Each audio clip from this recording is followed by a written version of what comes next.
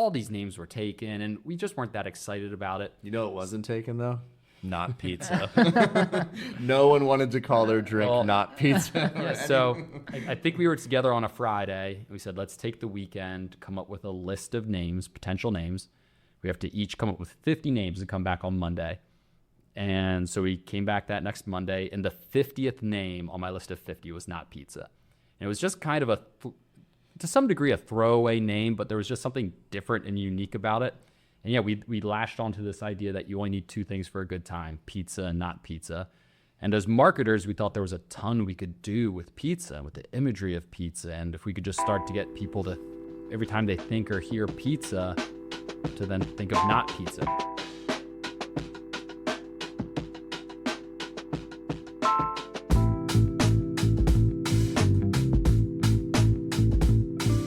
Welcome back to the BrewedAt podcast. I'm your host, Richie Tevlin, and welcome on Luke and Chris. Flip-flop. I'm sorry. Luke and Chris from Not Pizza. just met. I'm sorry. So before we get started, thank you to Zilka, our podcast sponsors. Zilka is a local malt company, just getting into the brewing game, but they offer $5 shipping. So follow the link in our bio or hit up Brad Adelson.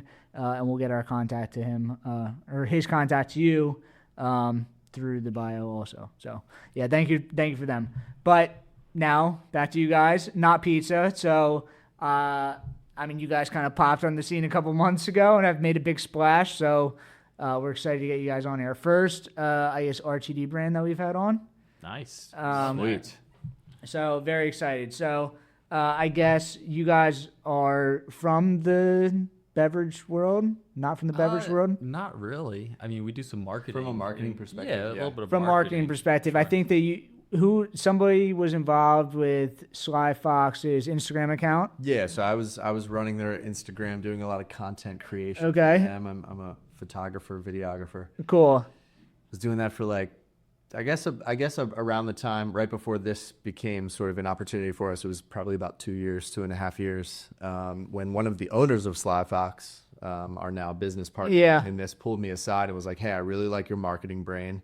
I want to get into the RTD space. It's booming.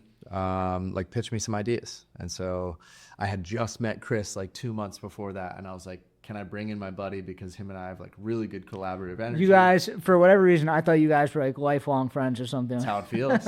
We hear that a lot. So yeah, we're best buds now. We in fact, this past week we had a phone call in which I was crying, and we had this really Chris was like, "Hey man, just so you know, I'm your best friend. I got you." And I was like, "That's true. We did I spoke some off.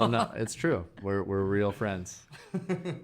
and yeah, we do feel like there was some kind of a divine intervention. Yeah, some stellar thing going on, because we met right before this opportunity came, and I said to John, I was like, I got to have Chris involved. We collaborate really well. Chris has a really good sales brain, and as well as a marketing brain, has a massive network in our area, and just does a great job with socials and production and all that stuff. So I was like, he's kind of we were just joking out there how I'm a creative and I started my creative agency, but I'm not so great at the business side of things, and that's where I feel like Chris balances me out. He's also creative, but business, has that business savvy that I kind of lack. Yeah, so it's a good team. Yeah, but you're sales, but I feel like you're also kind of involved in creative sales also. Yeah, so prior to meeting Luke, I had started something called Hello 422, which was at the onset of the pandemic, just looking for a way to be involved and help small businesses, and just started a social media page just as a way to showcase,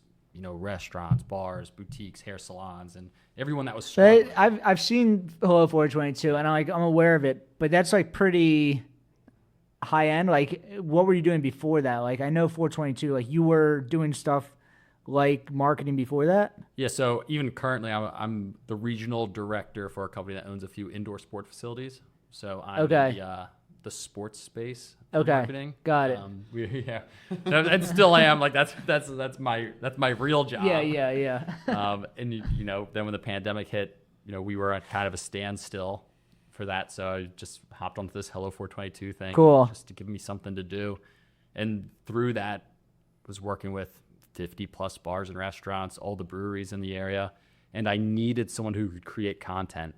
I could network with the businesses and come up with some interesting, cool ideas, but I couldn't get behind the camera and film something for them. Yeah. And that's where I used a mutual friend that I knew, and they recommended Luke to me. And I was like, let's grab lunch and just chat. We hit it off right away. And then we planned, I think a week later was the first time we filmed something together. We were just like, let's shoot together and see how it goes. And, we crushed it. It was an awesome video. What was it? I mean, the content you guys put out is like it's all over, it's high quality, but it's all over the place. It was just kind of like, let's get together and just do something creative. Chris had this great concept where it was like a guy was late to his anniversary like date, and like his wife called him or texted him, was like, can't wait to see you like in an hour, and is like, oh shit, I gotta go. And then he like runs from spot to spot in Phoenixville and like got flowers, and then got his haircut, that was cool. got a shirt at Whites and Corns, and then ended up like landed in the chair right in time as if he never forgot it. Mm-hmm. And I was like, I like this. I like the creative. I like the concept behind this, the execution. But there's strategy behind it. There's some sale behind it that you're selling. And you got to pull all these different businesses. You have to know the owners to get them comfortable with like, hey, can we come into your shop at 11 and film this thing? Yeah. So and Chris orchestrated all that, and that's exactly what he continues to do for Not Pizza. So like from the jump, I was like, I like this. This is like a really good balance to what I do. Like I like to shoot, but to have someone coordinate and pre-production and kind of reach out and cast is really nice. You guys are like Evan and Cole. It's like I'm getting the same vibe from you guys. Yeah, we just met Cole. Yes. Yeah. That's funny. Cool. So you guys were starting to work together. I guess was that the only project you guys did before that? This non-pizza, or you guys were? No, then we started shooting a ton of stuff. Basically everything after that was like, this clicks, let's keep working. Yes, and I had a number of those small business clients who all wanted cool content, and after that video dropped, we had a ton of messages, from a lot of my clients and groups that we didn't know as well. So then all of a sudden each of the next few weeks were just filled with, whether it was, just standard photography for someone, or we kept getting hired to produce these more funny, videos, and it really took off, and it got us a lot of attention, and they were so much fun to do. And like looking back, that was only 2 years ago, and we were charging like we were essentially just volunteering our time. But we're like, oh yeah, we got another $200 for this video, or we're charging $450 for this one. This has $350. Let's go get it. And meanwhile, we weren't that much younger. We were still 36. But it was we were just hungry, and we also knew that and this is a bit of the catch-22 of the I guess I'll say industry / location combination of where I'm at with my career too, is we love working with small businesses. We understand that they don't have large budgets. Yeah. And that's fine, but we really love that because they're so appreciative. We were just at this brewing company in Royersford called Lost Planet this past week shooting some stuff, and the owner, while we're filming, we had a couple foodie influencers with big followings, and I guess she was super excited for us to be there. She just started crying. She's like an older lady. And they're making a difference. Yeah, so we're really, she's like, we've been so excited. And in those moments, I'm like, I feel on purpose right now. You know what I mean? Whereas a $20K budget for a shoot that you're going to dish it and the company's going to be like, sweet, you checked all the boxes, let's go, boom. It's it's cool. 20K helps, but I don't know. There's definitely something that about being involved with these. Yeah, more connected to them. Yeah. You feel part of them. It's our community like that. But so you say you come from a creative background. You have I see Luke O'Brien music. Uh-huh. You have these videos you're creating. How did you? Are you just in general a creative person? You seem like you know how to do all these different things. Yeah, for sure. I actually once put out a mixtape called Jack of All, which follows that as Was it none. A rap tape or It was a rap tape, yeah. So I started rapping when I was in college. In high school, always had my Walkman on, listening to Jay-Z and Talib Kweli and Common and Eminem, whoever, Biggie. I loved all these, and I was like, man, this stuff is so cool. These guys are packing so much into one song. You think about a 16-bar verse, you're saying a lot, Yeah. It's you could take I love John Mayer, but you could take a song that's a traditional sort of folk song, and you could write a song using 20 words, you know what I mean? But a rap song is it's chock full of words, or so much imagery, and I just kind of fell in love with it. And then I studied poetry in college. I went to school at Loyola University in Maryland, in Baltimore. And then while I was there, I started freestyling at parties, and I was kind of I'm decent at this, And then I started recording, and then just have been involved in so many musical projects ever since. And I love. Is that how you got into like the video production stuff? Was like pretty much, yeah, because I would write a song and then I would hit up my friends who were at the same time kind of finding their passion for video. I had a really good friend, Mikey Van Buren, who's now the big DP out in LA, and another friend, Danny Corey, who's now out in LA. The two of them are buddies out there, and they're both like really successful DPs. And they were finding their passion for that at the same time that I was finding music. So they would shoot music videos for me like pro bono, just to be like, hey, this is my passion project. Lucky for me, because then I had like these really beautiful videos to go with these songs that I worked super hard and you're on. learning it the right way. Like these guys are that talented, like from the beginning, like you're learning like this is how I should be doing this. Yeah. I'm like, what lens are you on? And they're like, well, we want to go wide, so we're on a 15. And I'm like, cool, I'm getting the lingo. And like over time, I just like understood it. And then, once I started building my family, I when I was living in Philly and I was teaching music to kids, I worked at like a behavioral and emotional support school. And then I was signed to, do you know Chill Moody? Yes. I was signed to Chill's label, Nice Things Music. He's got a alcohol brand now too. I know. It's a tequila. I forget the name of it, but it's a tequila drink. I love Chill. So I was signed to his label. So I was on the Philly music scene. That was a big part of my identity.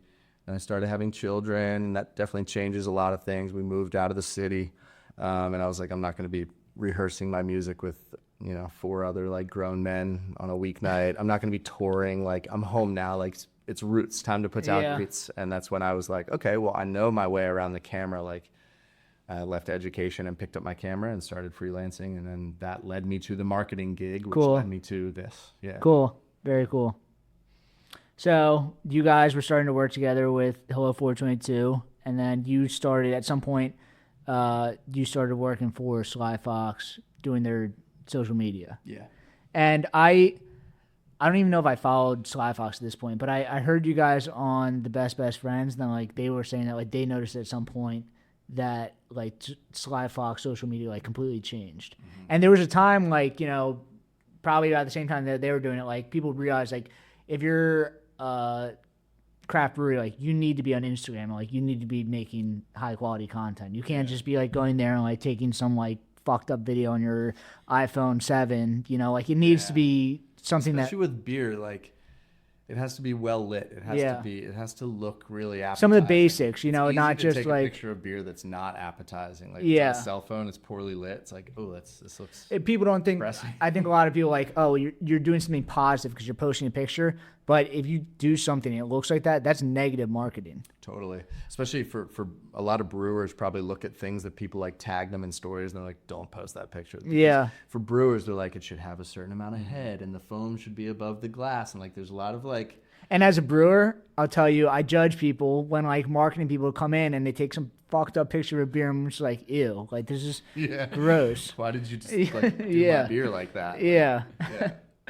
That's cool. So you started doing, I guess, the Sly Fox marketing. They jumped up, and then RTDs kind of became a thing. Yeah.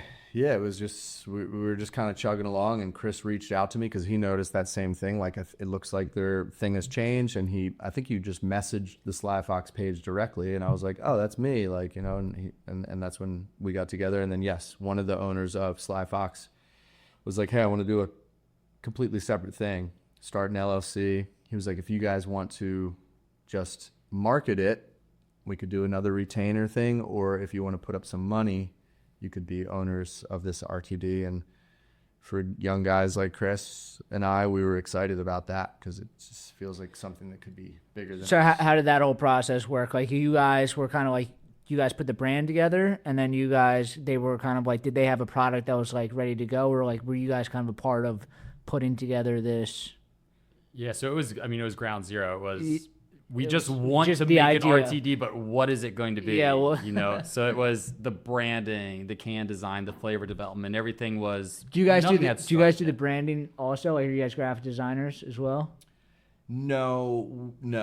We didn't execute the look. We had like an idea together, a lot of inspo, and like Chris and I know our way around Canva, but like we rely on like. But you have good taste at least. Like you guys could like get somebody that was like, we want something that looks like this, or we have an idea of something, like give us some options and let's figure this out.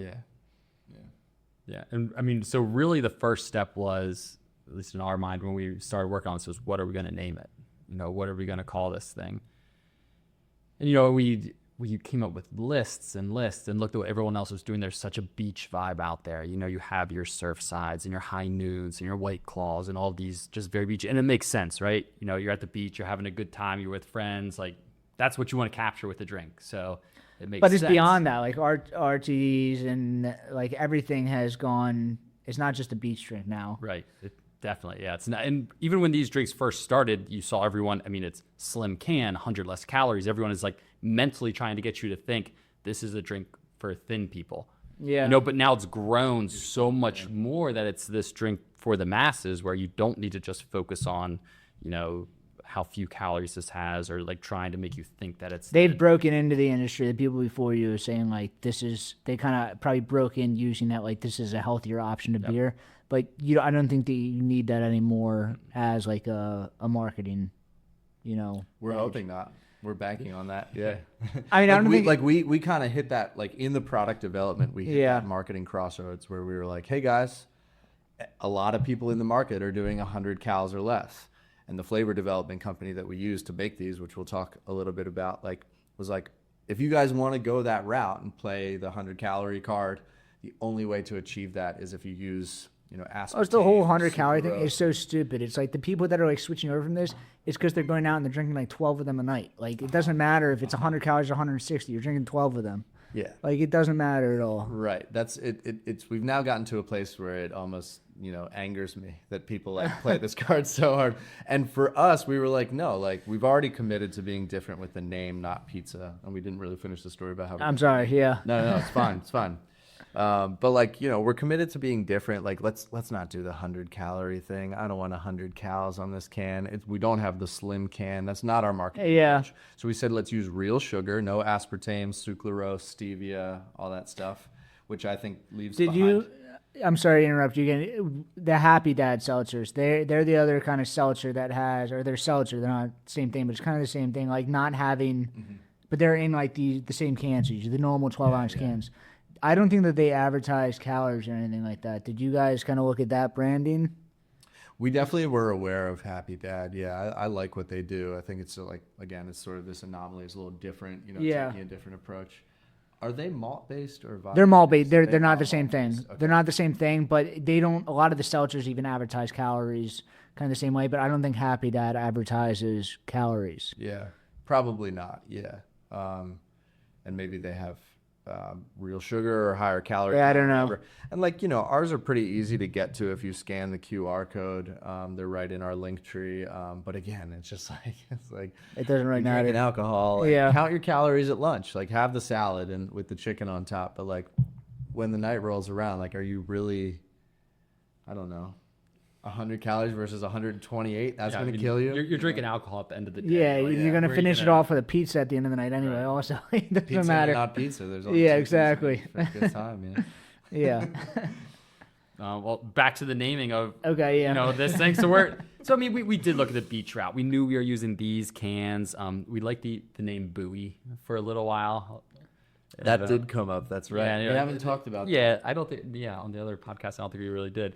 But yeah, like the shape of the can, like it does kind of look like a buoy. Yeah, kind of like a buoy. We like that for like grab a couple buoys, has a little ring to it. It's kind of fun to say. I think there is a brewery in like San Francisco called like Buoy Brewing. Yeah, there was some sort of just a little. Yeah. We explored the name Swellies, which we really liked. Luke was really excited about that one. The swell of the wave, have a swell day, and which even that like I feel like have a swell day is like so like I don't know. Right. Well, and then there's also an RT brand called like Mighty Swells. It's like all these names were taken, and we just weren't that excited about it. It wasn't taken though.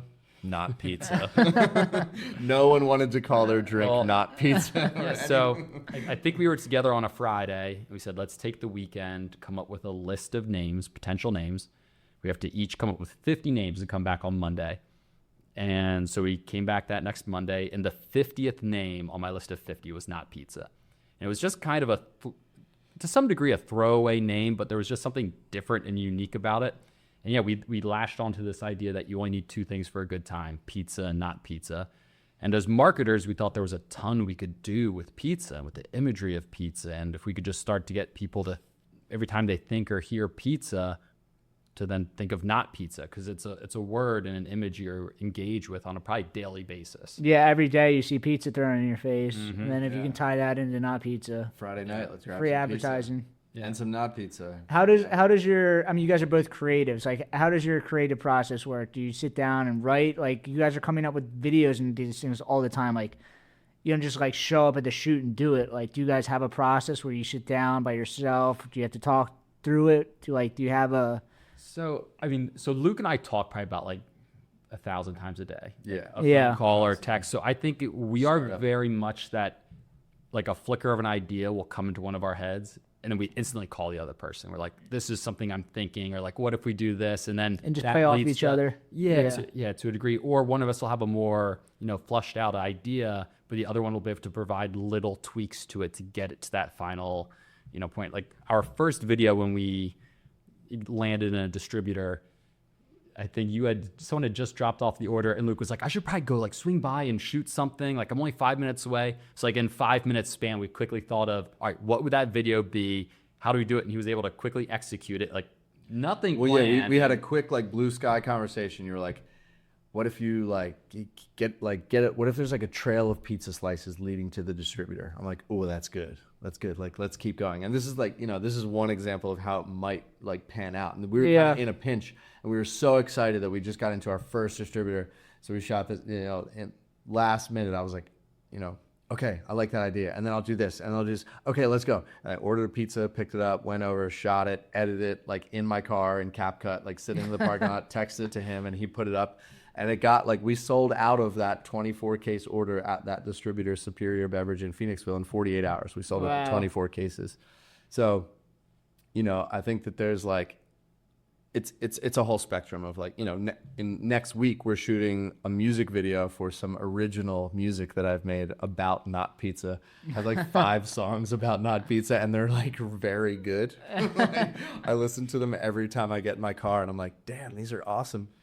What other RTD brand is dropping an EP? When I started making music, did I think I'd be, singing about vodka iced teas? Like, no, but here I am, using my talents to market. And that's what I was always doing. Like, I never really, realized that I was, when I was making You were like music. sharpening this spear, and you didn't even realize that like now you're kind of ready to go. Correct.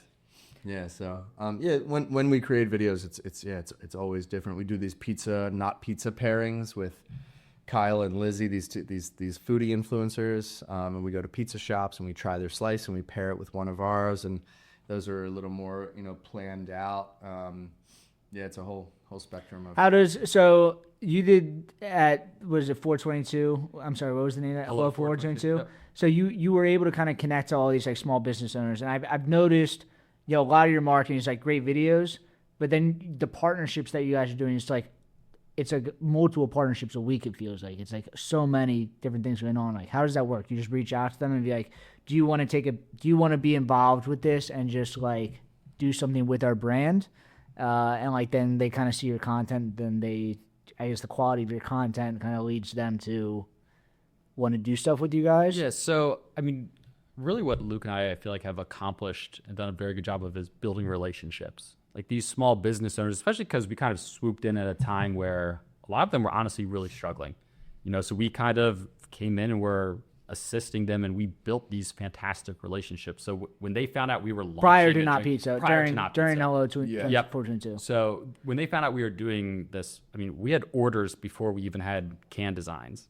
They want to support what Chris and Luke are doing. Like at our first launch party, we had this one business owner crying because she was like, you guys have been so good to us. Now we have a chance to like support your business. Nice, and, we built these relationships, and not a bad place to be when the business owner that is going to be selling your stuff is crying. Yeah, she wants to sell it. Exactly, and those owners know other people, and we also, we certainly pounded the pavement and got out there and talked to people too. But we had a very healthy start. I probably had 30 places that I had good relationships with that sell these type of drinks. I have owners' cell phone numbers already. Hey, it's Chris from Hello 422. We've been working together the last 5 years. Now I've got a drink. Are you interested? Yeah, come on in. Let's talk. We had such a leg up. And then with working with our partner John from Sly Fox and having his expertise on everything, we really were able to hit the ground running because of what we had done in the lead up, even prior to getting involved with this Not Pizza. So. Can we talk about the price a little bit? Because I talked to Dave 3 weeks ago, and it was after you guys kind of did like your initial launch there and like kind of sold out.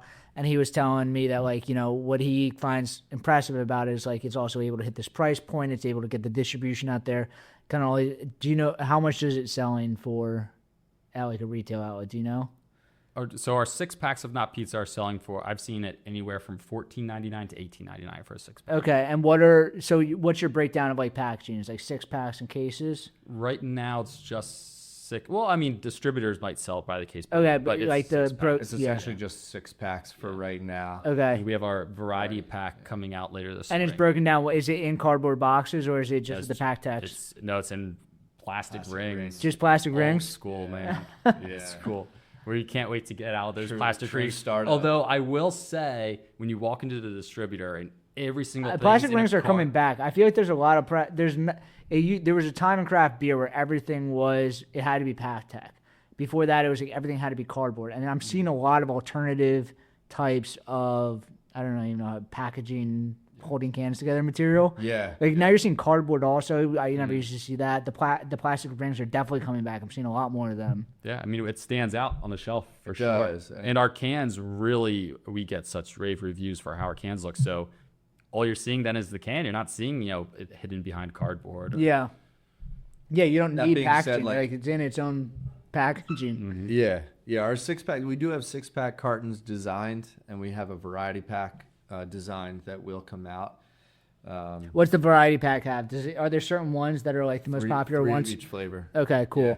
So right now we have these 4 flavors out. We have 2 carbonated ones, the vodka seltzer berry and the seltzer orange. And our carbonated ones, which you're drinking, the orange, we dialed the carbonation level down a little bit from what you'd find in like most of. Yeah, it's carbonation, but it's not like a seltzer's kind of like more carbonation than it's almost like soda level carbonation. Mm-hmm. This is lower than that. Mm-hmm. It's lower than beer, I think. It is lower, and people have been really receptive to that. It's been a really good selling point for us. People like that. People come up at our tastings or our samplings at a distributor, and we're like, "Oh, you want to try the vodka seltzer? Oh, I don't do seltzers. I don't like the bubbles." We're like, "Well, try ours because it's really light bubble," and they'll try it and they really like it. So our 2 seltzer flavors now are berry and orange, but coming behind that we have a black cherry and a tropical. Cool. It's tropical, like fruit punch kind of flavored. More like pineapple. Okay, and cool. mango thing, yeah. Cool. And then the lemonade and the iced tea, those are still non-carbonated still. And those coming behind that will have a peach iced tea. Cool. And then a vodka iced tea lemonade Cool. blend. So that'll give us 8 flavors at that 5% ABV. And then I've heard you guys talking about an espresso thing. yeah. I'll let you. Yeah, I just Yeah, did so, those ones. You do that. Yeah, so we also developed at the same time a 12.5% espresso martini Yeah. and a 12.5% margarita.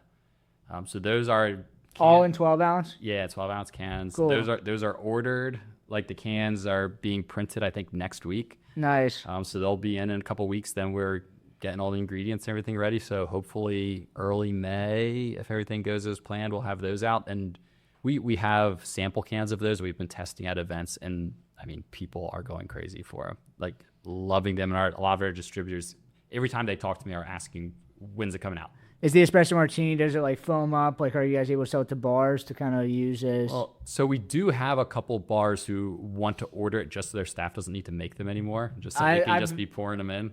As a bartender, making espresso martini sucks. Yeah, and it's every pain. single person in the world wants an espresso martini. Yeah. It takes forever. And then as like the bar owner, you're like, it's taking you like a while to make that Killing drink. time, yeah. Yeah. Yeah, and ours cracking are that really pizza. good. I mean,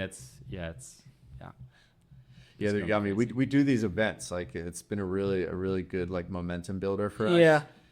Where we go to a bar in an area or a restaurant, and we have a step and repeat with Not Pizza, so people are taking their photos and posting them to social media. What's a step and tagging. repeat? So it's like just a banner, like a background, and I'll set up like a light like this, just Yeah. like a continuous light, and then it people has can- Not Pizza all on the Yeah, it background. just so says they're Yeah. Got it. Post their picture that they took in our nice backdrop. Cool. Our brands right there. Cool. Yeah, and then I perform some songs because I've done some remix songs, and then we'll pour some of these flavors, unreleased flavors we have in these real cool, like, sample cans that the flavor company sends us. So after the performance, I'm like, head over to that corner, and Chris is pouring some exclusive flavor. And people have been loving the espresso martini. Like the reviews have been awesome. So we feel like, when we first launched, we were like, cool, we got this like 5% ABV, like awesome drink. And then like I feel like the espresso martini is going to be kind of this like white. And you said it's what, 11.5%? 12.5. 12.5. Yeah. I remember when we got sent the samples of the espresso martini, the margarita, when they're with my wife in our kitchen, and they sent 4. So the whole process of developing the flavors, we use this group called Flavor Man out of Louisville, Kentucky, one of the country's premier flavor development groups. So when they send you their samples, and you're telling them kind of what flavors you want, but they'll send like an A, B, a C, and a D of each flavor. So for the espresso martinis, I had 4 different samples, all of them 12.5%, and 4 different margaritas, 12.5%. It's just my wife and I in our kitchen pouring out into like these shot glasses, these different samples. And they're all, they taste so similar. There's little subtle differences. So you're like, let's try A, let me come back to B, and then Maybe I like Seymour. Yeah, within a few minutes, you're feeling judgment it. I was calling my neighbors, hey, come try some of this. Come on over. And it was a cool process, but yeah. Does the espresso martini have caffeine in it? Yeah. Does the tea have caffeine in it? No. Yeah. I think the espresso martini have caffeine in it. I think there's other RTD brands that have caffeine in it, and it's like a back end way of like adding that in, and I think it kind of changes everything. It's like you think it's a positive? Yeah. I think it's I think it's an awkward thing for companies to talk about, because then it's just like nobody wants to be the next Four Loko where you get banned. But it's like when people are drinking it, like that buzz the pop it does give you, it does change it. It's a different experience. Yeah. Yeah, no doubt. After you drink a 12.5% not pizza espresso martini, you're jacked up. Caffeine. Yeah, you're gonna have a different start that experience. night off. yeah. It's fun. Yeah, so it's nice to have some flavors in the pipeline. These ones are performing really well. Like our sales are going really well, and our sell-throughs are going really well. Like it's we're learning so much. What are most of your accounts? Is it big beer distributors, or is it bottle shops, restaurants? Like where's it mostly? Mostly big beer distributors. Yeah, but we have a really nice mix though. We're in a lot of restaurants, but a lot of big beer distributors and smaller distributors, a couple golf courses. So I know you guys are doing really well in Westchester. Westchester's a great alcohol town. But is it mostly, are you guys trying to find like a demographic? Is it mostly college kids, younger drinkers? I think we know in our heads that if this drink is going to really take off, it has to be with them. that college group. And I think that's why we made a real big effort on Westchester, because it's also just a little bit outside of our initial launch area. But I guess the biggest college to you guys. Yeah, in terms of besides Ursinus, maybe Westchester, the biggest party school by you guys. Yeah, so we made a big play on Westchester. We kind of got lucky with the beer mill and Dave out there, that he had one random customer come in and ask for not pizza. I guess he hadn't heard of us. This was right after we launched, so he, I believe, messaged us on Instagram and said, hey, someone asked about it. I checked all your socials. You guys look great. I'm going to put in an order, and you ordered 24 cases on spot, which like. For us, that's a really good first order. Like, really reach good out to us. Like, we're going into some places and pitching, and they're not ordering anything. So for him to be like, I see what you guys are doing. Want 24 cases? Shout out Dave. Yeah. He was saying that when he went to buy beer from Human Robot, they were like, they're everybody wants Human Robot, and he was like, it's got to be annoying for them, but like from the other perspective, like most people are trying to sell their beer and get it in everywhere. Yeah. Like from your perspective, like when somebody reaches out, like and call you, like I want 24 cases, like we can make that happen. Deliver it today. Yeah, and then we made a big play on Westchester. We did, we recruited some like local like college students, I guess, from Westchester, and put together this big music video that we shot at Pizza Westchester. We did all these things that we knew would really resonate with the people living. Are you guys selling beer to beer stores? When I was growing up, and I guess they still are, it's like you had beer distributors and pizza shops sold beer. You know, it's like, are you guys selling beer to pizza shops? Is that like? I feel like it's a great play. If they Ideally, can, yes. there's not a ton right in our initial network that have that liquor license too. There's a couple, like there's Tornettas that were in there. I mean, they're one of our first spots. It makes so much sense for a pizza place, to carry us. It's a cool play. So I mean, we will be getting into more too, like, but yeah, it's mostly beer distributors, but yeah, a couple restaurants and golf courses too. Cool. But yeah, demographically too, though, like, you know, we get so many, you know, texts and messages from people just kind of coming out of the woodwork, people who are in our age bracket, you know, who have kids, who vacation, you know, might go to the beach or whatever and pick up some of these. This is gonna be your first summer open, right? Yeah, this will be. Yeah, we just launched in January, so Cool. Are you guys in Jersey at all? I mean, I don't think you need to be. Most people buy their alcohol and then I guess kind of go down, but yeah. we'd like to be. We're trying to navigate that right now, trying to figure out, like, because, you know, we self-distribute in Pennsylvania. But with Jersey, you have to go through a distributor. How does it work for RTDs? Is it the same thing with beer where you like sign to a wholesaler, or like are there liquor wholesalers? Like, I think we're still learning that. Yeah. How exactly. So we haven't been producing at the quantities where we've had to look to go outside of PA. Okay, yeah. Like, you know, our first run was 1,000 cases, and we sold through it in 4 weeks. And now we're on our you have so much room to grow in your home market. There's no right need to do now. that. I will say our next production run is close to like 10,000 cases. So with that order, A little step up. Yeah, so that's where we're going to look and expand into some new markets. Although, I mean, yeah.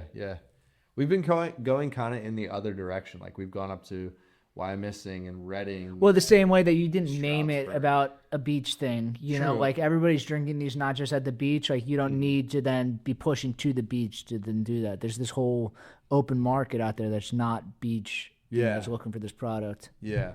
We do want to be on the beach this summer, though. Yes, obviously, but yeah. But no, we kind of like, I think we've almost grown, like, now that you bring that back up, we've almost like grown into this philosophy where we're like, I don't know if I can, should I curse? I can't curse. I mean, yeah, you can do whatever you want. I'm just saying, like, forget beach marketing, you know? Like, Yeah. We're kind of like, everyone has done that, and it's just such an obvious path, you know? I think like decades ago, like Corona probably like set this tone of like, when you're at the beach, it's like, and now everyone's commercial is like, or Instagram post or whatever it is, just like, girl, Find your beach. Yeah, find your beach. Find your pizza. But like with all these RTDs, it's just like girl on beach in bikini holding cans. Yeah. Like, how many times are we gonna do this? Yeah. You know? And like we knew if we called it something like this, it was gonna lead to a lot of funny videos that were just different. Like, yeah, we really follow and idolize Mike Cesario, the guy who started Liquid Death. Yeah. And just think like he's an absolute genius. And it's like, I'm not calling ourselves geniuses in that right, but like it's kind of like it's kind of a similar, like we're going for a similar thing to stand out in the market. Like if you look at water, like everyone is like Poland's fresh from the spring from the or mountain. Dasani. It's all like, the same thing. Yeah, he's like, I'm calling this Liquid Death. When he was starting that, you know, if you listen to some of his like podcasts or things like How I Built This with Guy Raz is one, like he's like, I mean, all my family, everyone in my life was like, what are you thinking? Like, you're gonna launch a canned water company called Liquid Death? Like, you are never gonna succeed, you know? Yeah. And we certainly had our fair share of people in our corners who were like, why are you calling this not pizza? You know? Yeah. Because we can. Because it's different. Yeah, like, you know, do what's different than everybody else. Yeah, just try to shake things up a little bit. That's the number one thing people come up to us during our tasting and say, why did you name it not pizza? And we'd love to just say, because if we named it Sun Chaser, you wouldn't be asking us why we named it Sun Chaser. Exactly. It's edgy. You know, it's like, they're thinking about it. It's a little bit of an F. Even if they're frustrated, you know, it's just like, oh yeah. But if you just named it, not Sun Cruiser, like anything else, like Low Tide, Sunbather, whatever else you said, it's just like, all right, we'll just cool. It's on to the another next. one of those. Yeah.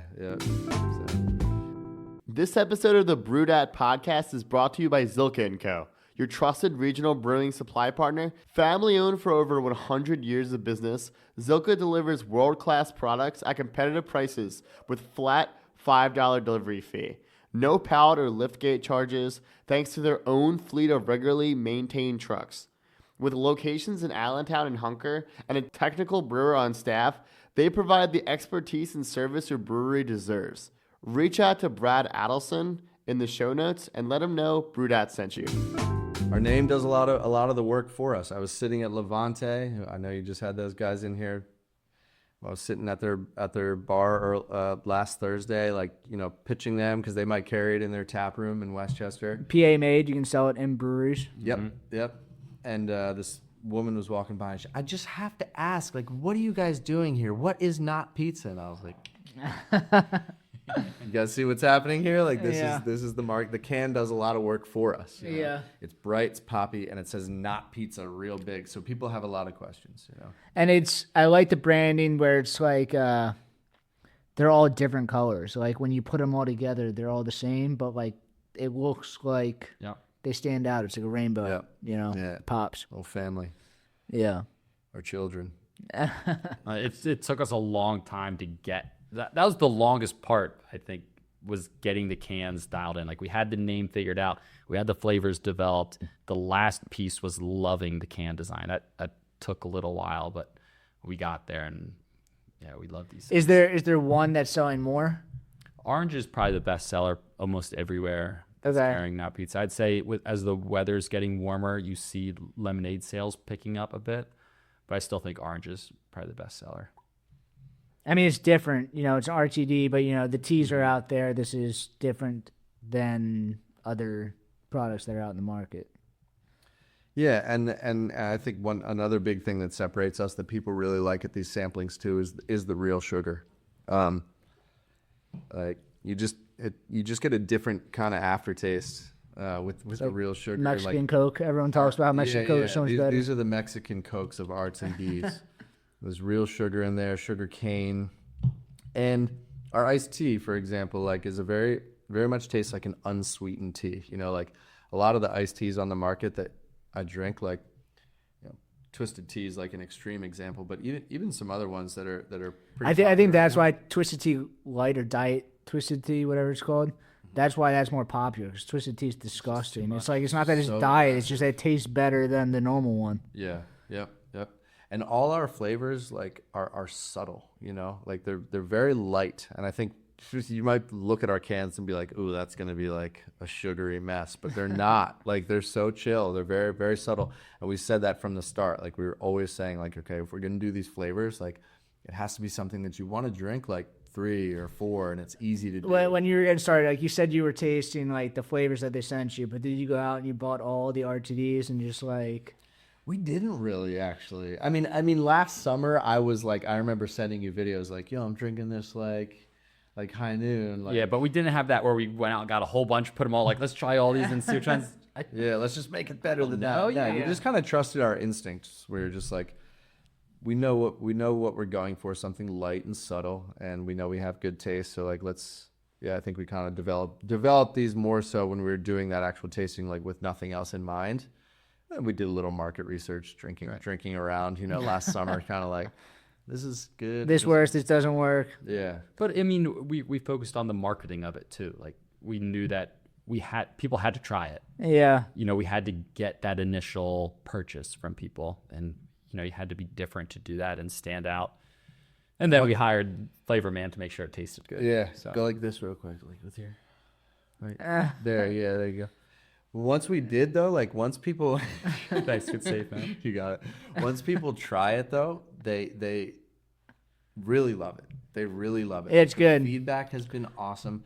A lot of times when you taste these, it's like some flavor is out of whack or it tastes medicinal or something. Like there's nothing like that. It's just it's sweet. It's very agreeable. It's like everything works. Mm-hmm. And that's why our tastings do so well. These distributors, like we've sold out distributors in single tastings because people try it, like, oh wow, yeah, I really like that, and then they walk out a second later with a case worth of it. Yeah, it's fun. I love doing samplings for that reason, because it's cool. Like you get to talk to people about your baby, and then they go in and they come out and they're like, guys, look, and you're like, let's go, you know, like people. Yeah, and they feel like connected to you also. Like I've just started now to do the tastings also, and it's like getting in and like talking face to face with people. Like social media, obviously you have a much wider reach, but like talking face to face and like explaining to them your brand, like they become an ambassador of your brand. That it's not just that they're buying it, just like then they're telling their friends. They're taking it to the party that night, and they're like, I met this guy. "What is this? This is awesome." Everyone's chatting about it. Yep. Yeah. We just did one at Stone's Beer Market. And it was such a beautiful day. It was such good vibes there. And afterwards, we sat down at a bar, a couple spots over. We were just like, wherever Not Pizza goes, we need to always be going back and doing these tastings. So you just get such a high from interacting with people and seeing that initial reaction that people buying your product. It's a really cool It's also not just the customers, but then you also interact with the people that work in the store also. It's like getting to talk to them like they're your salespeople. The same thing like in craft beer, you talk about like, your bartender.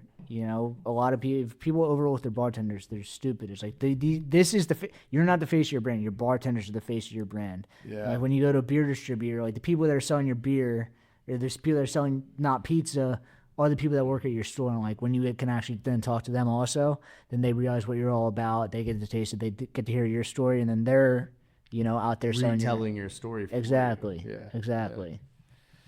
Yeah, it's interesting. Feed them while you're there. Cool. Bring some pizza. It's like they remember that.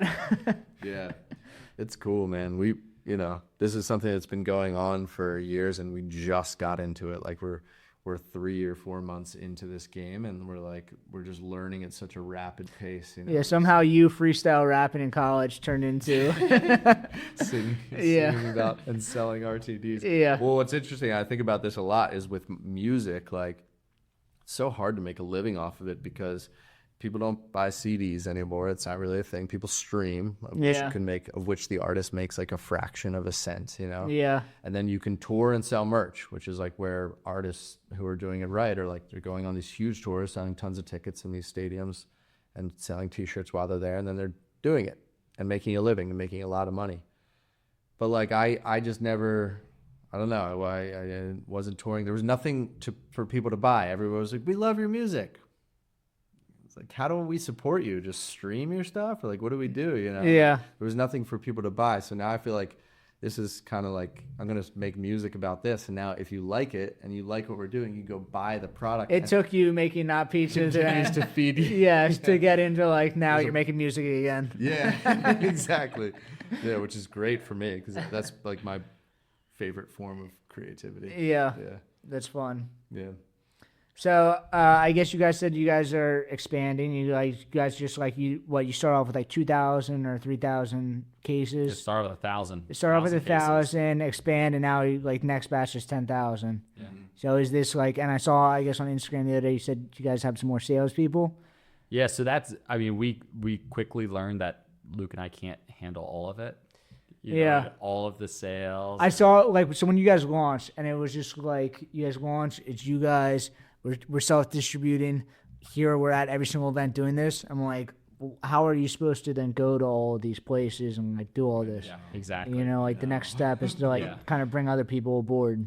Yeah, so we just brought on maybe like 5 people in the past week who, all have little territories. They're all kind of doing this on the side of whatever else they're doing. And actually, after this, I'm meeting someone to give them cards and flyers and like some cans because they're in like this Philadelphia area around here. Yes, we have people who are starting up who have done tastings with us or like know the brand well enough that we feel comfortable with it and have some sort of sales background. And we're just hoping, that they all do great. But even if 2 or 3 of them do great, or even just it's your first step into it. You figure it out, and then like you can. Just now. You have to start doing it at some point. Yeah, like one guy sold 8 cases today at a new distributor. I was like, that's awesome. Yeah. Like, great job. Like, I had Keep nothing. going. I had nothing to do with that sale. Right. You had nothing to do with that sale, and we got a new sale. And he set up his own tasting there too. Nothing to do with. So that's been really cool to see these people who are going out and for them to get like that first sale or that second one, and then it's like, okay. Now let's replicate, and it's a sweet deal for them because it's like you can go sell on your own time. You roll in whatever you like to wear. You know what I mean? You're dealing with people in the beer and alcohol industry. Like it's my LinkedIn picture is me dressed up as an astronaut. Like there's once you get into alcohol, it's like you don't need to be professional. Yeah. Just do a good job. Yeah, that's great. Yeah, just do a good job. Just go speak to the product well, be yourself, have fun with it. Like, Yeah. it's low stakes. The worst thing that someone says is no. Or Yep. The worst thing they do is they just don't buy it, and it's fine. You can go back next week and say, want to try again? You know, like, it's so for someone who's like in the right space, in the right point in their life, like, it's a pretty attractive little gig. Yeah, 1099 you and pay you whatever a commission, and you're good to go. Like, that's good. It's fun. So we've got a good little crew that we've formed, and we want to keep expanding on that too. Like, we have to, you know. Yeah. Yeah. So I guess the idea right now is like stay in home market, kind of expand west a little bit, see what's happening. Yeah, west and I think south, like down to here, down to Philly. Yeah. And then to the beach, downtown to the Jersey. What account? Like, where can we find you? We can find you at Stones in Philly. Mm-hmm. Shout out Nick. Shout out Where? to Nick at Stones. We're gonna be in City Tap soon, right? Cool. Yeah, we got a big launch party there the Friday before Easter. Awesome. Like 18th maybe. Yeah. And where else in Philly? I know we've got this great feature on our link tree on Instagram where you put in your zip code and it'll tell you wherever Not Pizza is. That's true. near you. Yeah. Shout out to Nice. Tyler, you developed that for us. Yeah, just put in No, your zip. yeah, we're in a couple other Philadelphia area spots too, you know, and hopefully growing a lot more after I meet this new sales rep after this podcast, and she gets out there and crushes it. It is a cool different angle. It's like a lot of we as a podcast and as BrewedAt, we're really what they did is, or what they're trying to do is attack Gen Z. And like as a podcast, we're trying to like, you know, bring the craft beer market to a platform that craft beer can digest. It's like they're not going on and like they're not in the, you know, the weird Facebook groups that like that craft beer used to live on. And it's like Yes. I think like the Gen Z market is so much different than like the craft beer market or, you know, the Gen X or the millennials. It's like it's so much different than, you know, how other people are like accessing data or where they're buying stuff. But I think that like you guys have a great understanding of like, you know, this is different. You guys need to, you know, sell to these different people. It's a different way to kind of talk to them. It's not just like, you know, we're saying like the same old commercials over and over, where it's like some girl in a bikini selling the same item that everyone else is selling on the beach, saying, you know, find your beach, find your whatever. It's like it's totally different than that. Totally. And it's not just like it's like the whole generation is acting things differently. Like you're connecting with them on social media. Like the marketing is way different. It's like the way you talk to them, the way you're doing the events is just different. Mm-hmm. Yep. I think a lot of craft breweries could look at what you guys are doing, and like, this is not just RTDs, but craft beer in general. You know, there's a lot to it. Yeah. Yeah, and we've heard. Yeah, that, and so. shift. Yeah, we have, and shifting, and we've actually had like distributors. Some of the distributors that we've had success with, they hit us up and say like, "Hey, can you guys come in on like a consulting basis and like help us run our social media? Like, what would you guys do?" And we're just like, you know, do your staff picks and like just pick up the phone and turn it on your face and talk to it. Yeah. Just like, and just don't overthink it and post it. Yeah. Because next week that video is going to be off into the ether, and just keep doing it and keep doing Just it. producing content.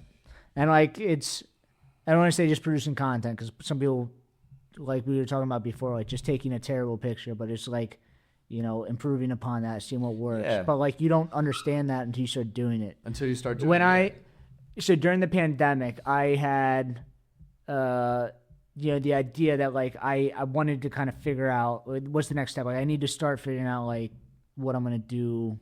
I always want to open up my own brew, but like, how do I go from like being like a employee somewhere to like start doing that? I'm like, I don't understand any of this, but like let me try to learn marketing. Let me try to learn social media. So it just started as my brother bought me like a 24 mix pack of craft beer from New York, and I just started like taking Instagram pictures, terrible Instagram pictures of just like, here's a beer. But I was the type of person that didn't post at all on social media before that, and it was just like going through the process of physically posting something to then take the next step of like what's working, what's not working. And I'm not the greatest social media person now, but like at least I have a better understanding of like, you know, how it works, what I should be doing. And it's just like you need to actually start doing it to learn what works. Yeah, and what just doesn't. start. Yeah, because you wouldn't have that understanding that you have today if you never started, you know. Yeah. Yeah, so that was kind of our advice to them. And it's cool to have people hit us up like, yo, teach us how to do that. Yeah. Yeah, know? something's working. And meanwhile, we're still trying to get better at it. Like we put a video up this afternoon at 4:30, and by 6:30 it had like 23,000 views, which is like nice, but it's not like we're still like, I feel like I'm like, yeah. What was the video? I want it to be at 50. So is that the biggest video you guys have made so far? No. So our first pizza, not pizza video is at like 132,000 right now. Nice. That we did like 4 or 5 weeks ago. You know what I mean? Like, it's like cool number, but like, it's gotta be, you know, how can we get better still? Yeah. Like it's not But also, really I mean, enough those in today's day and age, Yeah. like 1 million views is like cool. 1 million, like It used to be 10,000. more. There was 100,000. There's a Right. million. And it's not like that translates to a ton of sales for us. Like, it's cool to see that big number, but it's not then, oh, well, that video led to 30 distributors contacting us. Like, I've had a few pizza shops reach out and be like, hey, can you come sample our pizza? yeah. No, Cool, but you got a liquor license? No, but it does. but- But getting that many views does get you like some Yeah. more followers that are consistently looking at your stuff. That then slowly will then Oh yeah, start to there's like definitely buy stuff. definitely a Oh, yeah. benefit to it, and that type of stuff those are actually sales tools. Like if you send someone out like these sales reps who are like, you know, we have some people who I'm kind of like, you have the product, like here's some business cards, like here's the thing, here's. And they're like, here's I don't the give a pitch. fuck about non-pizza. And then you're like, but we have this many views. And like, Yeah. wait, who are you again? Yeah, and It's like, like if you it- get your foot in the door. yeah, you kind of show that to a distributor. By the way, like we're really active on social media. Yeah. Look, like We've we been would doing love this to for do 4 something months, with and you look at guys. this. And they love that we do so much to showcase the places where we are. Like, we've done a ton of videos with Dave at Beer Mill, and he loves us for it. You know, Yeah. or this restaurant or this other distributor, like, we'll collaborate with them or do something for them as well, so that they're getting the benefit of our followers. Yeah, I've heard other people in the past say that like they don't like to highlight individual businesses because they feel like if they do that, someone else might get upset because they're not getting highlighted. Well, but then hit I, us up and we'll come highlight. you exactly, too. and I feel the same way. I'm doing a lot of stuff where like I collaborate on posts with people. I take pictures of like me dressed up as an astronaut in their actual bar, and I don't feel bad about like me not getting to other places. It's like No, you can't. I'm too busy. I'm sorry I can't get to you, but like I'm not trying not to go there. I'm not just saying And if that. you Like, hit me up and make enough of a fuss, like cool, like let's make it. I'll happen. get out there. Let's go do something Yeah. for you too. Like it's not personal. I just like I'm keeping a lot of things in the air right now. Like But like what you were saying before about like the accounts are like, how do we do this? It's like they get to kind of get a taste of it also. We're like, you know, this is how this works.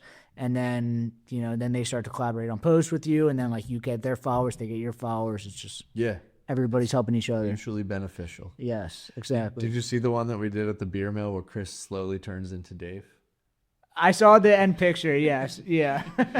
He walks in this. yeah. And Dave's like, "Hey, what's With the up, vest man?" on? And then it cuts back, and Chris like has a car hat, Yeah, yeah, or yeah. a hat on, Yes. and then back and forth. And by the end, I mean, Chris was in the bathroom at Beer Mill shaving his mustache to look like this. It's all like what you're saying. Like you need to turn the camera on yourself. We're in an era where my girlfriend's a photographer, and she tells me this all the time. She doesn't like taking pictures of just products.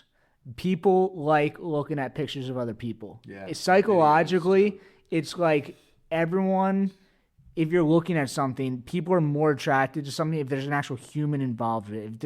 If there's a brand where there's a person behind it, you feel more psychologically, naturally, you're more connected to it. So it's like because you guys are so in front of your brand, and Dave does an amazing job of this. Dave is so in front of his brand. As a beer distributor, that is not a normal thing. Not at all. And it's like getting in front of the brand and being like a person behind the brand. It makes it personable. And it makes, yes, your cans are eye-catching, but when people think of Not Pizza, they also think of both of you guys. Mm-hmm. And I think that it has a lot of weight behind it. Totally. And I think with preach Dave that to, also, like all my marketing clients all the time. I'm Yeah. like, it's got to be you. Like just you can literally like I can come produce you a cool video. yeah, You know, we can script it, we can cast them, we could do the whole scenes, and like it's gonna do well. But like you could probably get just as many, if not more, views by you just like propping up your thing and be like, guys, we just launched this this beer. Yeah. It's so tasty, and like, you know, come check it out. Boom. People want if it's somebody else besides them, customers might think like they might even feel even more disconnected from them because it's like this is. It feels like there's like I recognize them. Yeah. Yeah, exactly. It's like it feels almost fake. Like people want, even if it's worse, they want to feel connected to the real thing. Mm-hmm. Yeah. Cool. That makes a lot of sense. I think you guys have a very exciting brand. What do you think of the orange? The orange was really, really good. I'm going to take the rest of these home. Yeah. This is our second episode tonight, so I can't take all of these. But I do want to try them all. Is there a... So which is the tea one? This is the tea. The tea? And what is this? Berry? Iced tea, berry. And then what did you say is coming out soon? These are the carbonated. The espresso martini and the margarita will be the next two, the 12.5%ers. But then probably later in summer, we'll have the tropical, the black cherry, peach iced tea. Have you guys ever thought about making a spicy margarita? I made a spicy margarita beer, and it was delicious. I love spicy anything. I think it was really good. I think that would really... I didn't have your margarita one, but I think that a spicy marg one would go great with this flavor. Yeah, you were on the spicy kick there, Luke, I feel like. I love spicy stuff, so I'd be down for that, yeah. And spicy marg and pizza, I think, go great together. Yeah, So agreed. Some red chili pepper. Yes, I exactly. had a burger at Standard Tap tonight with a long hot on it. My nose was running, and I was happy. Nice. You went to Standard Tap? I did. So there's, the painting in there, the lady with the feet. When you walk right in, there's a picture of this lady. It's like a 1 foot by 18-inch painting of this lady, and she has like the most disgusting feet, and it's just like it's just right when you walk in, is right there, and I can't walk into Standard Tap without taking a picture of this lady. Yeah. Next time you're gonna scan Standard Tap, look at it. It's like right in the beginning, but of all things to hang in your bar and restaurant when people walk in, gross. It's right there. But it's it just works. like dark, and it's just like the place is iconic. Some weird, cool. Yeah. I love it. Yeah, it's a great spot. Cool. So I guess where can we find you? At Not Pizza? At Drink Not Pizza. DrinkNotPizza.com. Our website stinks though, so don't go there. At Drink Not Pizza. Yeah, just go to our Instagram or our TikTok at Drink Not Pizza. Cool. So I guess a lot of your clients are kind of TikTok generation. Are you guys heavy into TikTok? Are you guys like feeling it? We do some stuff on TikTok, but it's mostly just like Instagram, and then stuff is like kind of reposted on TikTok. That's we kind of just do like one for one. Like Chris runs our Instagram, so if I see him throw up like a pizza review, I'm like, cool. I run the TikTok, but I'm very just it's kind of an afterthought. TikTok I feel like has this more casual thing where like if your caption is like real chill. If your caption is like, we collaborated with this, and it's like this whole explanation, people are like, you lost me. Yeah. Because people just want like, give me something funny. Yeah. So like, if the caption is witty and it seems like you didn't care, you just threw it up, then like, that's a good TikTok. But yeah. So if I see Chris post something to Instagram, then I'm like, cool, let me just take this and like, make a stupid caption and post it. So we are active on TikTok. Yeah. Cool. At Drink Not Pizza. And then back what Chris was, find.drinknotpizza.com is like a store locator. So you can find where it is closest to you at a distillery or a restaurant. So if you could just type in your zip code and it tells you like, oh, it's here, here, and here. Very cool. And when are these next flavors coming out? In May, you said early May? 12.5%ers are probably May, and then the other 5%ers I would think a little later into summer. Cool. Yeah, we kind of like just have those in the ready to go, but we're going to release them strategically. We want to let these guys breathe a little bit and kind of see. It's 4 months ago. It's brand new, Yeah, it's brand new, yeah. So it's nice to have some more flavors teed up, but we want to let these guys kind of perform this summer and see where they go. Cool. Do you guys have anything else you want to say? No, I think we're about an hour. Thanks for having us. Cool. No, thank you for coming on. This is exciting. Like I said, like right when you guys came on, I kind of saw you guys. You guys made a great splash, and I think you guys are doing a great job. Thanks, man. Were your first RTD on here? First RTD. And only? I want to say that, and then like... Can we make you sign an NDA? I mean, a non-compete or an exclusive? It'll cost you. It'll be a sponsored deal. Free pizza every episode. Right now, we're on a deal where we get... we make a... I won't get into it. There's too much inside baseball, but... all right, that's all we got. But thanks for having us. Yeah, of course. And then you can follow us at BrewedAt, at the BrewedAt podcast, and then we'll see you guys next week. Cool. Thank you. Got it.